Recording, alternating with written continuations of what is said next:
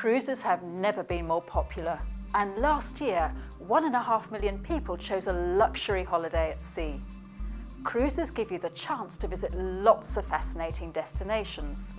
For instance, you can explore the world-famous pyramids at Giza, the bustling city of Cairo, the infamous Suez Canal, the treasures of Jerusalem, and the unparalleled beauty of the Red Sea, all in 1 week. After a busy day sightseeing, you can look forward to sumptuous cuisine served in award-winning restaurants and be entertained by fabulous West End musicals on board. Stylish, sociable and great value for money, cruise holidays offer you a gateway to a dazzling world of choice. If you've always fancied taking a cruise but wondered which one would suit you, give us a call and our experts will help you find the perfect cruise holiday. Good colour still, they've kept they are some amazing. of the paleness. And you can see all the individual teeth there, and they are really good. Who would have owned dentures like that? It would have been the rich, I think. I'm sure the poor wouldn't have suffered so badly. They had less sugar in their diet. There's an interesting point there because you talked about Lord Halifax, and he was mooted to be PM or possible PM before Churchill was appointed. And there was this point where Bracken is a spin doctor, taking on a kind of a spin doctor advisor role, saying, Churchill, please do not say anything, sit quietly. And then they'll say, well, we won't appoint Halifax, we'll actually go for Churchill if you sit quietly and say nothing about Halifax's appointment. That's absolutely right. So this is where it all happened, Senate House. Imagine it's 1940 and the height of the Blitz. The bombs are raining down in Whitehall and the Ministry of Information needed a building as large as this to accommodate its 7,600 staff. Now, some of Britain's greatest talents were based here, including Sir John Betjeman, the poet, and also George Orwell, who wrote 1984 based on his peculiar experiences of working here. During the recession, the financial markets took fewer risks in corporate mergers and acquisitions. But a recent flurry of activity, including Kraft's purchase of Cadbury's, shows that M&A activity is hotting up. Companies are taking the chance to beef up their brands now by adding fresh and potentially profitable spin-offs to their corporate portfolios.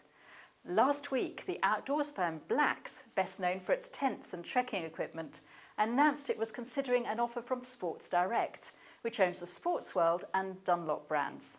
So what's the attraction? Sports Direct would win new customers with more disposable income and synergies from a market that loves sports and outdoor adventure.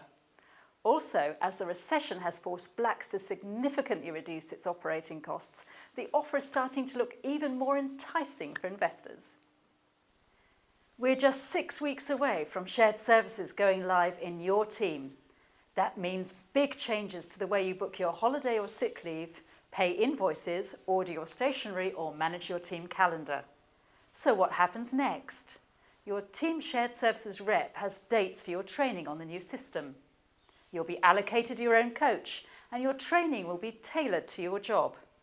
All you need to do now is block a couple of hours out of your diary. We'll buy the cappuccinos and cookies. All you need to do is find out how to get the best from the system. Modern travel is pretty amazing. After a short 2-hour flight, you can be at your destination ready to enjoy your holiday. Now, in the next half hour, we'll be visiting the fabulous Balearic Islands of Ibiza and Mallorca. And if you fancy taking to the high seas, we'll have a beginner sailing holiday around the beautiful coastline of Menorca, where you can explore hidden coves and go swimming in crystal clear blue waters. Kira's on location to tell us more. After the outcry following Kraft's purchase of Cadbury's, finally some good news for chocoholics. 60 Cadbury's chocolate cafes are set to open in Britain's high streets. If you love chocolate, you'll be able to feast on cocoa afternoon teas and indulge in treats from your childhood. Remember Curly Whirlies? Well, soon you'll be able to buy a gift-wrapped plus-size version to take home with you. But city analysts are sceptical. They argue that coffee shop spin-offs rarely turn in a profit. Now, given that the average hot, frothy drink costs £2 a cup and that prime retail sites are hit by extortionate rents, they believe that margins will be too low. In the end, our national passion for chocolate might work in Cadbury's favour. After all, Britain has been a nation of chocoholics since the 19th century. We buy more chocolate than any other European nation, and even grown-ups get more excited about sweets than any other food.